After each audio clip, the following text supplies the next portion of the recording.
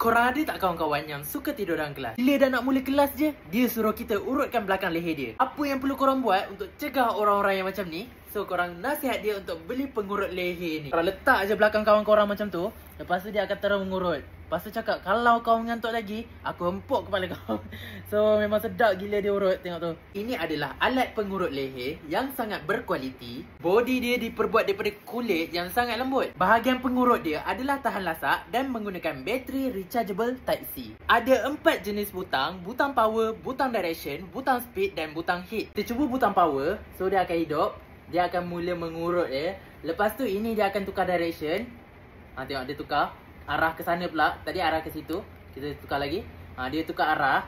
So kat sini butang speed, boleh slowkan, boleh laju. Ikut kesesuaian korang.